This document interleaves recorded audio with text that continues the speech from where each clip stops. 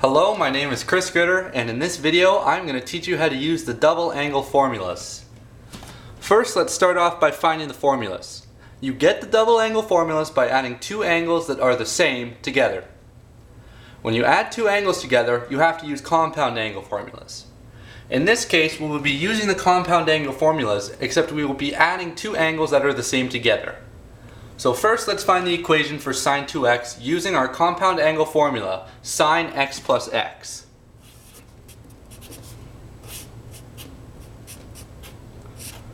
So we know that sine x plus x equals sine x cos x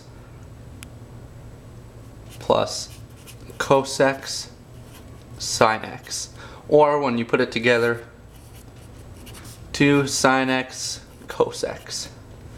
Now we're going to do the same thing again and find the equation for cos 2x.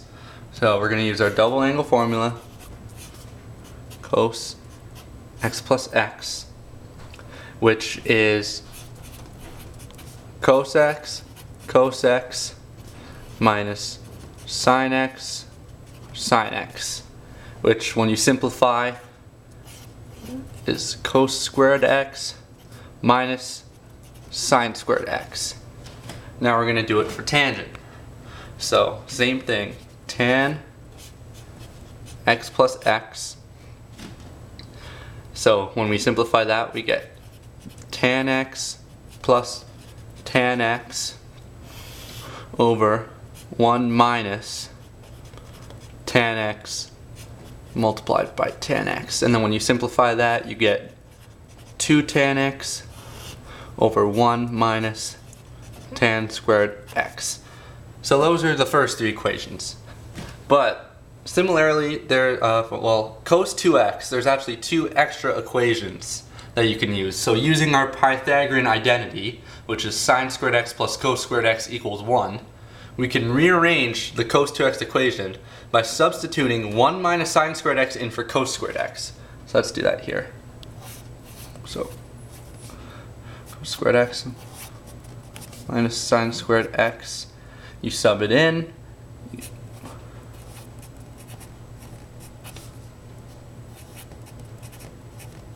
which just comes out to 1 minus 2 sine squared x.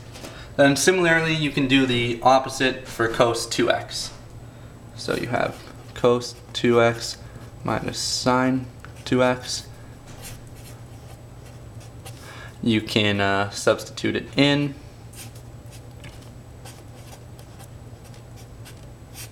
Which comes out to 2 cos squared x minus 1. So those are all the double angle formulas. So now we're going to do some example problems. So this example 1, express as a single trig ratio and evaluate. So first we'll look at 2 sine pi over 12 cos pi over 12. And by looking at that, we can see that that matches our double angle formula for sine 2x. So we're going to write it as a single trig ratio. So we can write sine of 2 times pi over 12. Now we simplify. 2 times pi over 12 is just pi over 6. And we know that the sine of pi over 6 is just 1/2 using our special triangles. So now we're going to do another example for cosine. So cos squared pi over 6 minus sine squared pi over 6. We know that that matches our double angle formula for cos 2x. So we can write cos of 2 times pi over 6. We know that that simplifies to just cos pi over 3, and we know using our triangles that cos pi over 3 also just equals 1/2. So that's how you do those specific problems. Now we're going to do a harder problem that involves previous stuff from the unit. So example 2. If cos theta equals negative 3 over 5 and theta is in the second quadrant, find the exact values of sine 2 theta and cos 2 theta. So since we know that cos theta is in the second quadrant, we can make our line right here, just like we were taught. And we can put our line down here because it goes down to the x-axis. So here would be theta, and that is beta. So we know that cosine is adjacent over hypotenuse. And since the angle is there, this would be adjacent, -3, hypotenuse would be 5. So now we can use Pythagorean theorem to solve for our missing side. So a squared plus b squared equals c squared. That's a, that's b, that's c. So c squared is 25 minus 9 would equal 16, and the square root of 16 is 4. So that missing side there is 4. So now we know all of our trig ratios. We can use this to find sine, cos, and tangent.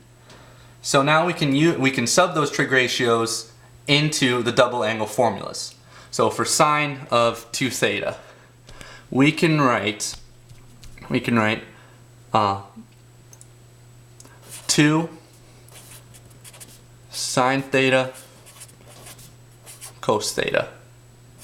And then we know that sine theta is opposite over adjacent, which is in this case 4 over 5. We know that cos theta is adjacent over hypotenuse, which would be -3 over 5. And sorry, before I said opposite over adjacent, the sine is opposite over hypotenuse, which is 4 over 5. And then you can work that out. 2 times -12 over 25, and overall as an answer you get -24 over 25. So therefore sine of 2 theta equals -24 over 25. Now we can do cos of 2 theta. So we get our equation, cos squared theta minus sine squared theta. We sub in. We know that cos is -3 over 5. We know that sine is 4 over 5. We evaluate. So we got 9 over 25 minus 16 over 25, which all in the end comes out to -7 over 25. So therefore cos of 2 theta equals -7 over 25.